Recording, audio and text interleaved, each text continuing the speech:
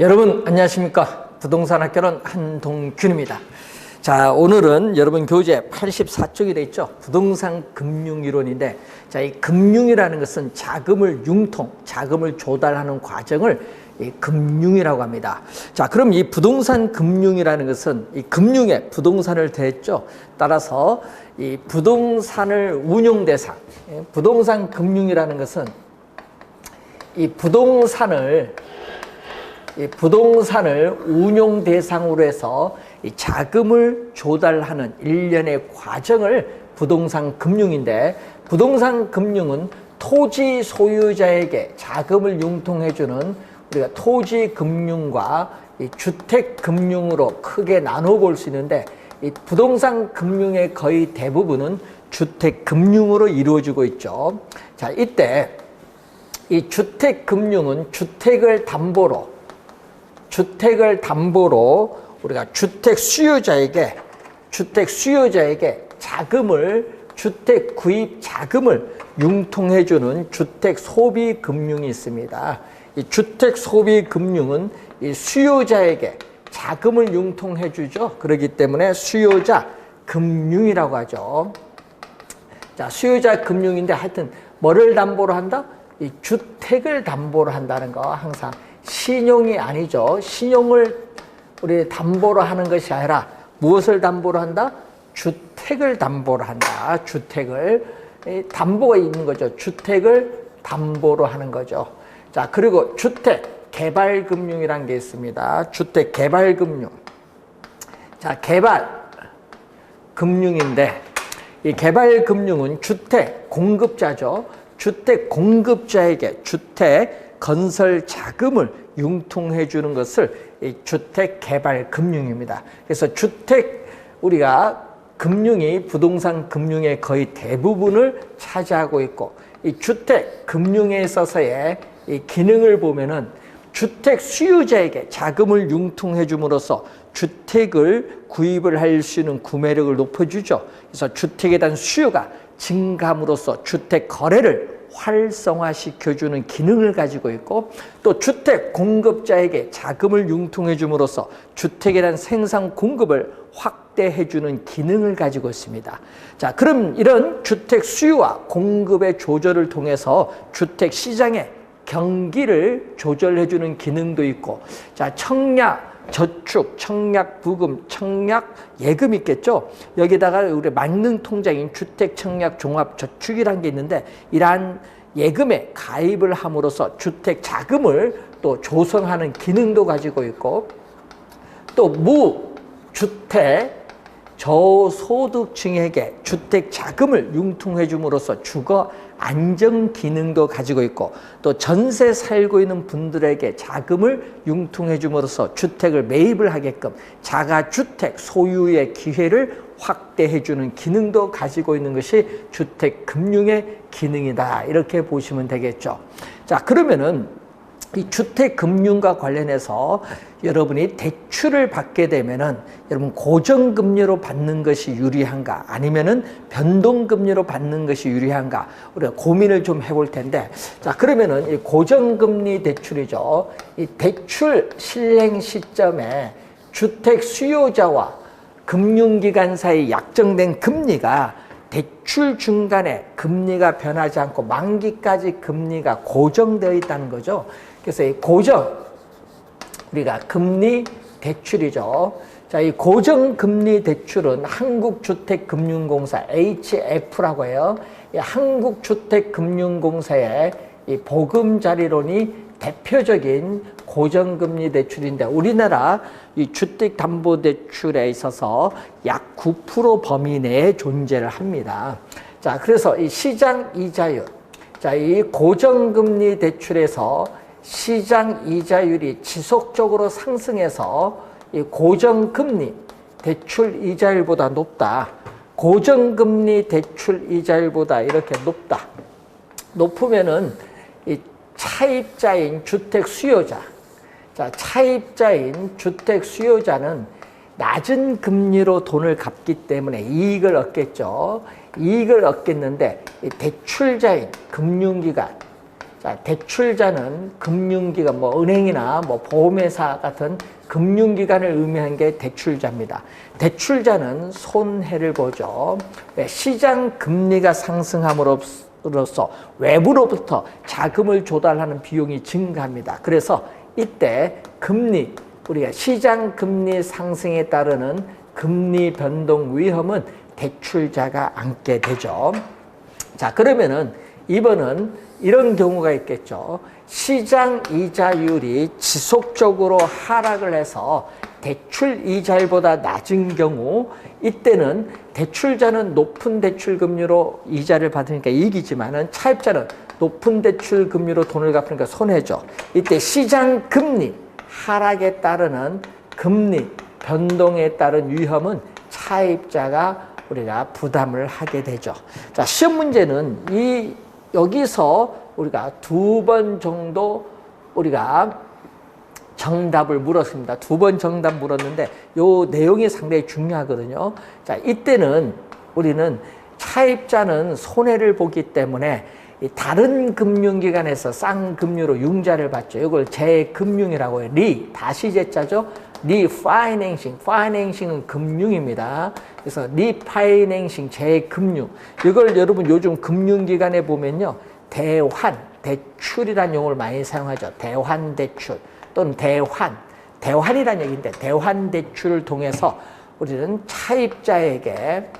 차입자가 손해를 보니까 차입자에게 뭐 한다? 대환대출을 통해서 차입자는 조기 상환을 하죠. 그래서 차입자는 조기 상환을 하는데, 조기 상환은 만기 전 변제라고도 해요. 조기 상환을 우선 하게 된다는 그러한 내용을 우리가 보는 거죠. 자, 이 고정금리 대출에는 이 관련된 내용이 상당히 중요한데, 여러분 교재 우리가 86쪽에 우리가 나와 있는 내용입니다. 자, 87쪽에 보시면은 이 변동금리 대출이 나오죠.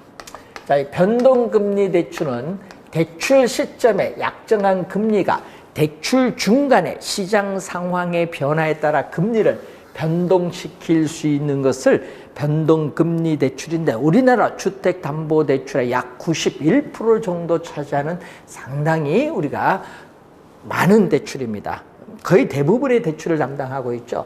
자, 이 변동금리 대출에서의 대출금리. 자, 대출금리는 이 기준금리에 가산금리를 더해준 건데, 이 가산금리를 우리 조주영 교수는 이걸 마진이라고도 하죠. 마진. 자, 마진이라고도 하고요. 우리가 또는 오염가중금리라고도 하죠.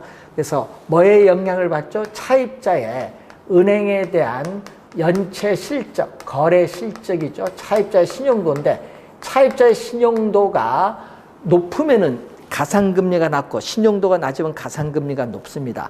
근데 이 가산금리는 대출 중간에 대출 실행 시점에 대출 금리를 결정할 때 필요하지, 대출 중간에는 우리가 변동하지 않는다. 대출 중간에는 가산금리는 변동하지 않는다는 거죠. 변동하지 않는다. 대출 실행 시점에 대출 금리를 결정할 때 필요하다. 요즘에 신용등급이 1등급부터 10등급인데 요즘 점수제죠. 우리가 1000점을 기준으로 했을 때 점수제로 해서 등급을 결정합니다. 자, 1등급이 여러분 신용등급이 가장 높죠.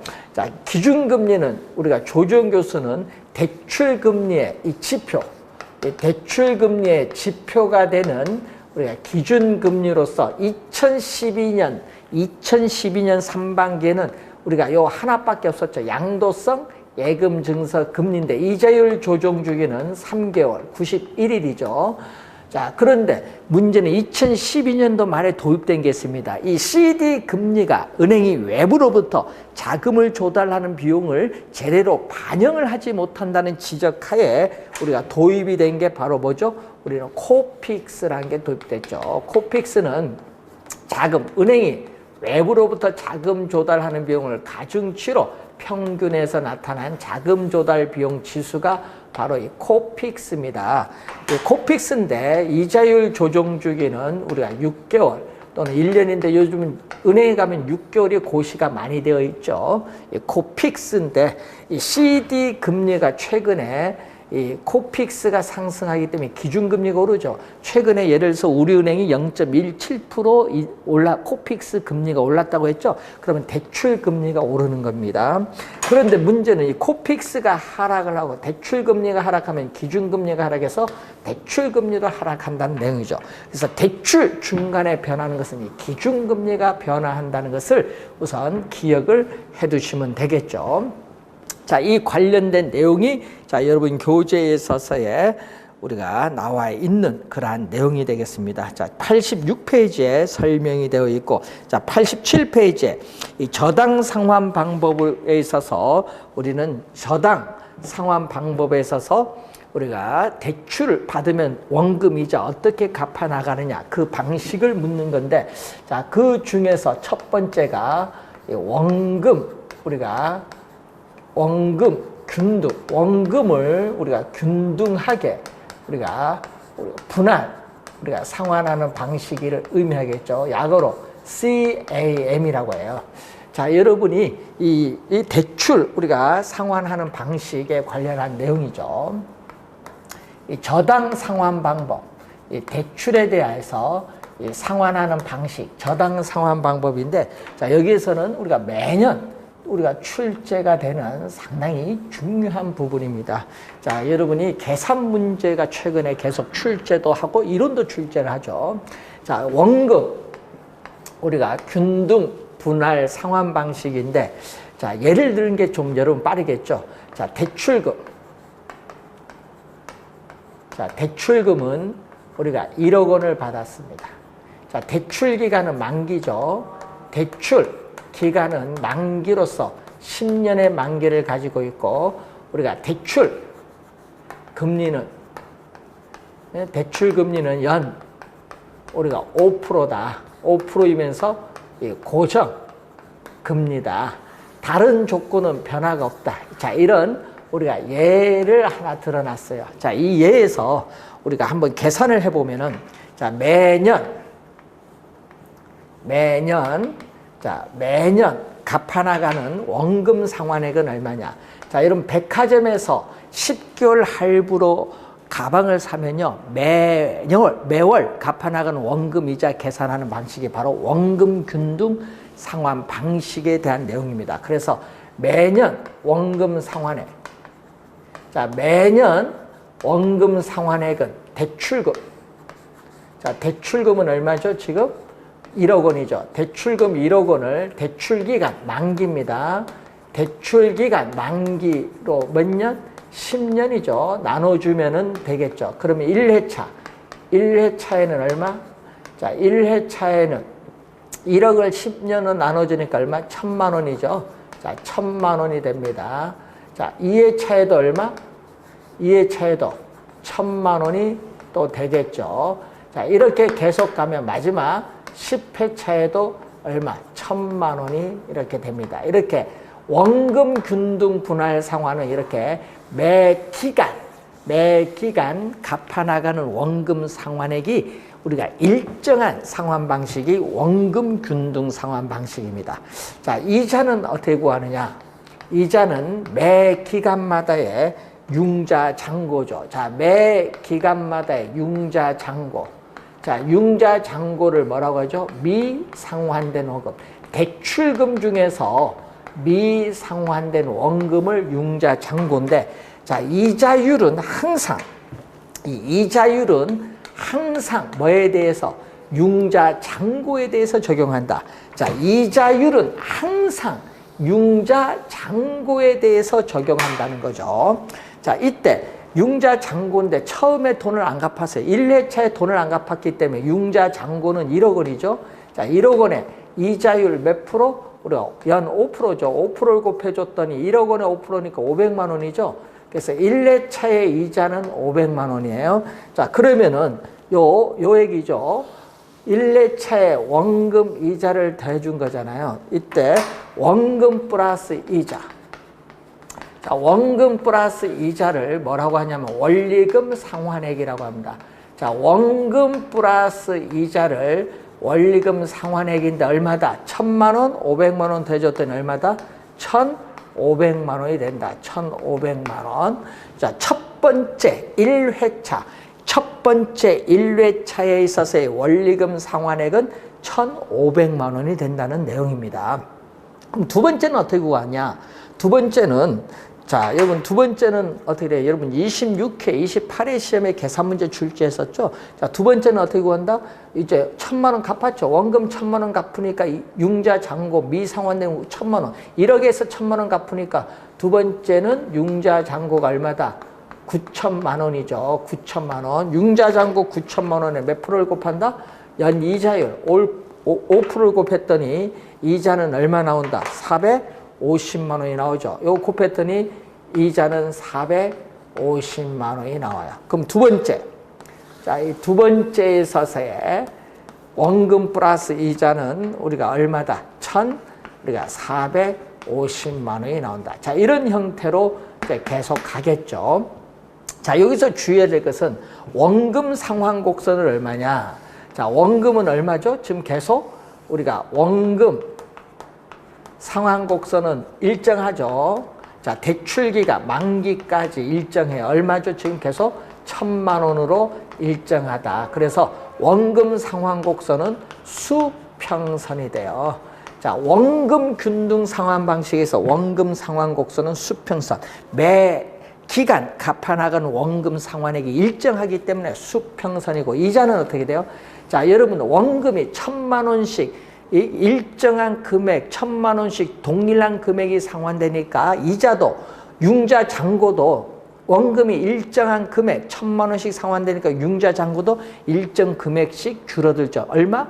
원금 상환액만큼 융자 잔고가 줄어들기 때문에 이자도 우리가 일정 금액씩 감소해요. 그럼 얼마? 이자 처음에 500만 원, 그 다음에 450, 그 다음에 450만 원, 일정 금액 50만 원씩 점점 줄어들죠. 그래서 그걸 연결하면 이렇게 뭐가 나온다? 우하향하는 직선. 이자 지급 곡선은 이렇게 우하향하는 직선의 형태가 된다. 우하향하는 직선. 왜? 이자가 일정 금액 50만 원씩 계속 우리가 줄어들고 있다라는 내용이죠. 자, 그래서 줄어들고 있으니까 이 원리금 상환액. 자, 원리금 상환액을 보면 처음에 얼마죠? 우리가 500, 1,450, 1,400, 1,350. 자, 원리금 상환액도 어떻게 원금은 똑같으니까 우리가 이자 감소한 만큼 이자가 50만 원씩 감소하니까 원리금 상환액도 일정 금액 50만 원씩 점점 감소하죠. 그래서 이렇게 원금 우리가 균등 우리가 상환 방식은 이렇게 우하향하는 직선의 형태로 나타난다는 것을 알 수가 있습니다.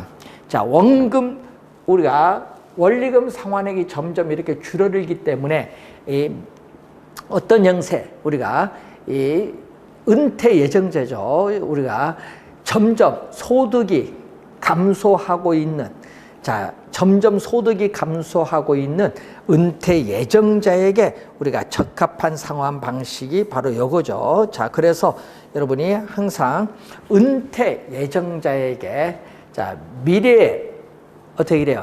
우리 소득이 우리 감소하는 은퇴 예정자에게 적합한 상환 방식이 원금 균등 상환 방식입니다. 자, 원리금 균등은요, 얘기죠. 만기까지 대출 기간 내내 매 기간 동일한 금액을 상환해 나가는 방식이 원리금을 우리가 균등하게 분할 상환하는 방식을 말한다. 자, 그래서 두 번째 우리가 원리금 균등. 자, 원리금을 균등하게 우리가 상환하는 방식을 CPM이라고 하는데, 자, 그러면 이 원리금을 균등하게 상환하는 나가는 방식을 우선 한번 보시면은, 자, 어떤 형태가 되느냐. 자, 우리 매 기간, 뭐 매년일 수도 있고 매월일 수 있는데 매 기간 갚아나가는 원리금 상환액. 자, 여러분, 이 수식은 매년 출제되는 중요한 수식이거든요. 자, 여러분이 매기간 갚아 나가는 원리금 상환액. 자, 요 계산하는 문제는요, 31회 시험, 29회 시험에 또 출제를 계산 문제 했습니다. 이는 대출금. 자, 처음에 융자 받은 대출금에 뭐를 곱해준다? 저당 상수죠. 저당 상수를 곱해주면 구하는데, 자, 이 수식이 매년 출제되는 중요한 수식이죠. 자, 그래서 요거는 매년 매기간 갚아나가고 원리금 상환액을 이렇게 일정해요. 요 금액은 똑같아요. 자, 그러면 1회차 때는 어떻게 돼? 그러면 이 원리금 상환액을 먼저 구하건다. 예를 들어서 우리 대출금이 1억 원이다. 대출금이 1억 원인데 우리가 저당 상수는 0.09다. 그럼 얼마가 나오죠? 0.09가 나오니까 0.09 하면 얼마? 900만 원이 나오죠. 9%니까 0.900만 원. 그럼 매 기간 갚아 나가는 원리금 상환액은 900만 원이다. 이런 의미입니다. 그럼 이럴 때 이제 먼저 이제 그 다음에 구하는 게 뭐를 구해야 된다? 이자를 먼저 구해야 돼. 이자. 네. 자, 원리금 상환액을 구한 다음 그 다음에 순서는 이렇게 구하면 돼요. 이자 지급액부터 구하겠죠. 이자 지급액은 또 매 기간마다의 융자 잔고, 이 미상환된 원금에 뭐를 곱해준다? 이자율을 곱해주면은 이자가 나오겠죠. 자, 1억 원의 이자율이 5%면 얼마? 1억 원에 5%면 500만 원이 이자죠. 자, 이자율이 5%다. 그럼 얼마? 1억 원에 처음에 우리가 1억 원에 5%를 곱해줬더니 500만 원이 이자가 된다. 이런 얘기죠. 그럼 이때 원금 상환액은 얼마냐? 자, 원금 상환액은 우리가 앞에서 구한 원리금 상환액 900만 원에서 뭐를 뺀다? 이자 지급액. 이자 지급액 500만 원을 빼줬더니 원금은 400만 원 이런 거죠. 그럼 또 2회차 또 계산하면 되죠. 3회차. 자, 이런 형태로 계산하는 문제를 29회와 31회 시험에 또 계산 문제를 출제했고 26회, 28회는 원금 균등 상환 방식에서 계산 문제를 출제했습니다. 계산 문제가 자주 우리가 나온다는 내용이죠. 자, 원리금 체증식 상환 방법은 이런 의미겠죠. 자, 초기에 원리금 상환액이 낮다가 이 기간이 경과할수록 원리금 상환액을 점점 이렇게 인플레이션, 여러분 인플레이션이 발생함에 따라 원리금 상환액 부담을 점점 이렇게 높여가는 이 방식이 바로 우리는 원리금 체증식 상환 방법이라고 합니다. 원리금 체증식 상환 방법. 자, 원리금 이 체증식 우리가 상환 방법 또는 이것을 점증 상환 대출. 점증 상환 대출이죠. 점진적으로 원리금 상환액이 증가해 나가는 대출이다. 자, 그래서 미래에 소득이 증가할 것으로 예상되는 젊은 소득 계층에게 유리한 상환 방식이 바로 이 원리금 체증식 상환이라는 것을 염두에 좀 두시면 되겠습니다. 자, 이런 형태의 우리가 보고 또 우리가 만기 거기 일시 상환 방식이 나오죠. 자, 대출받은 금액을 만기에 전액 갚기 때문에 우리가 만기 일시 상환 방식에서 만기 일시 상환 방식은 원금 만기 일시 상환이라고도 해요. 그래서 여러분이 또 원금 만기 일시 상환이죠. 대출받은 금액은 만기 전액 갚고 뭐만 갚는다? 우리 매기간 요거 이자만 갚는데 이자가 똑같죠. 만기 원금을 전액 갚으니까 대출금의 이자를 곱한 이자는 어떻게 돼? 이렇게 똑같다. 수평선이다. 이자 지급 곡선이 수평선의 형태를 띠는 게 원금 만기 일시 상환이라는 그러한 내용이 되겠습니다. 자, 이렇게 해서 89쪽까지 우선 설명이 되어 있고, 자, 다음은 이 저당의 유동화와 관련해서 우리가 저당 시장의 구조를 한번 보시면은 이런 의미겠죠. 자, 이 주택 수요자인 차입자.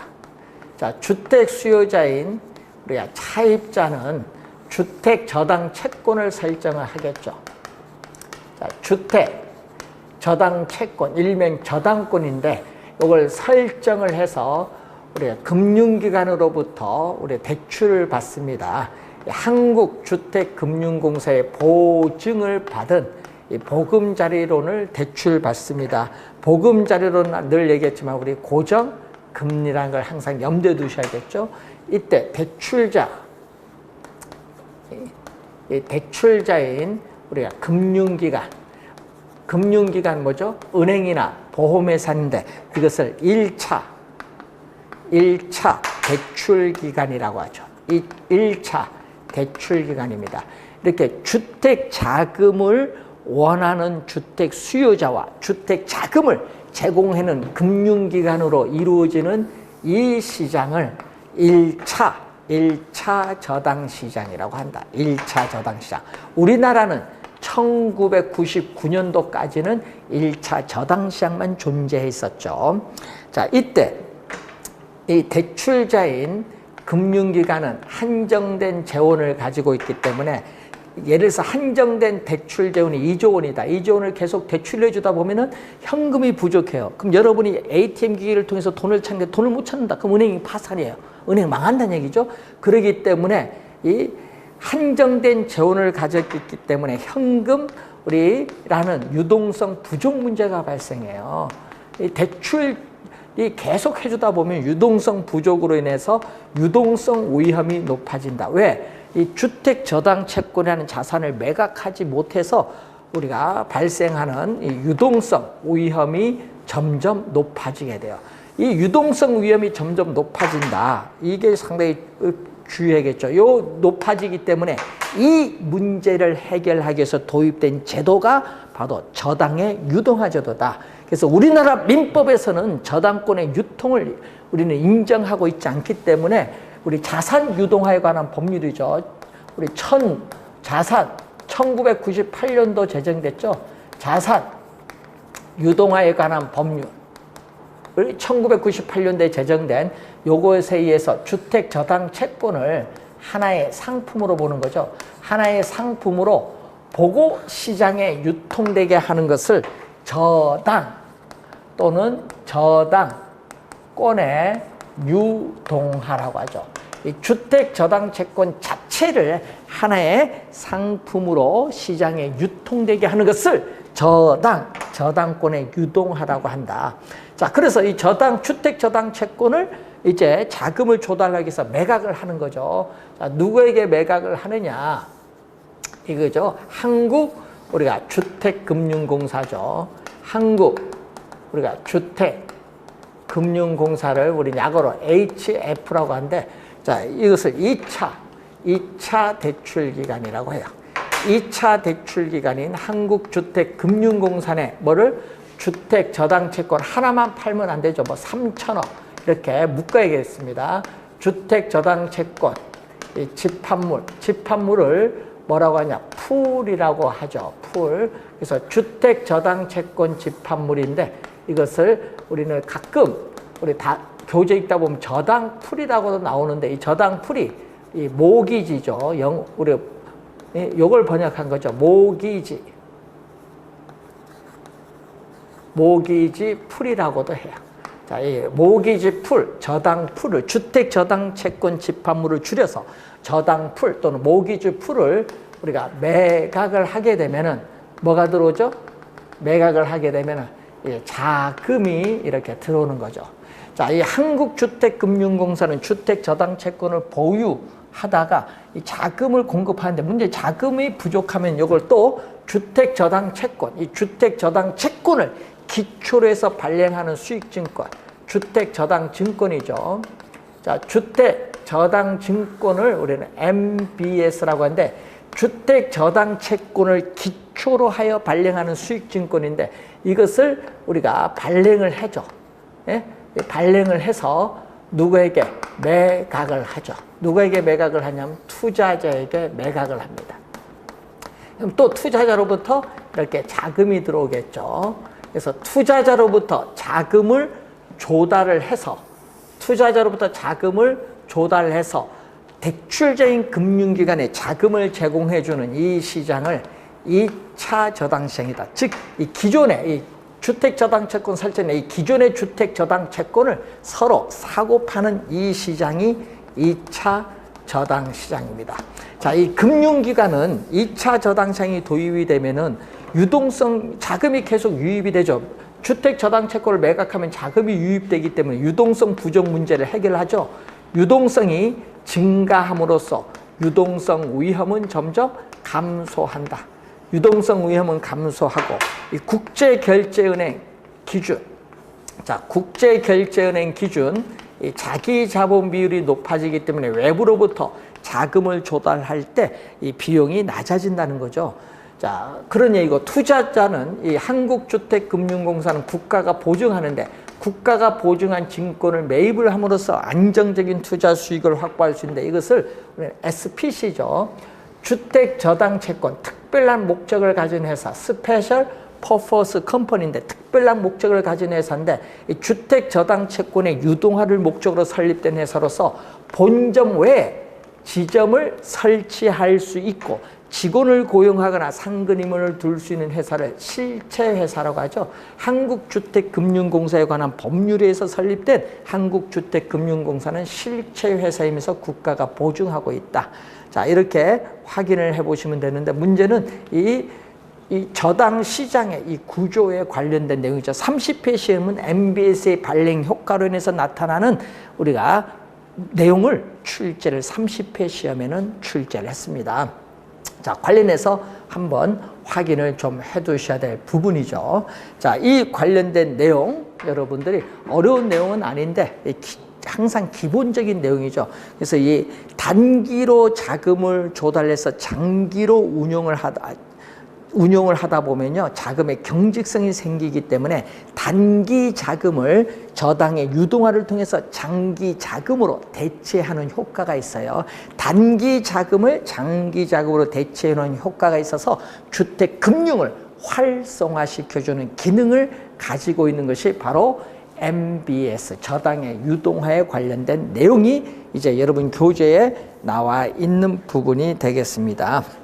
자, 그래서 90페이지까지 설명하는데 이 저당의 유동화에 결정적인 역할을 하는 시장은 2차 저당 시장이라는 걸 염두에 두시고 차입자는 주택 저당 채권을 설정해서 융자를 받기 때문에 1차 저당 시장과는 직접적 관계가 있지만 2차 저당 시장과는 차입자는 아무런 직접적인 관계는 없다는 그러한 내용도 하나 확인을 해 두시면 되겠습니다. 자, 그래서 여러분이 90페이지까지 우선 설명을 우선 했고요. 91페이지에 주택연금에 관련된 몇 가지 사항 확인하고요. 이 공급자가 자금을 융통하는 내용, 그리고 부동산 이용 개발 단원으로 넘어가도록 하겠습니다. 수고 많으셨습니다.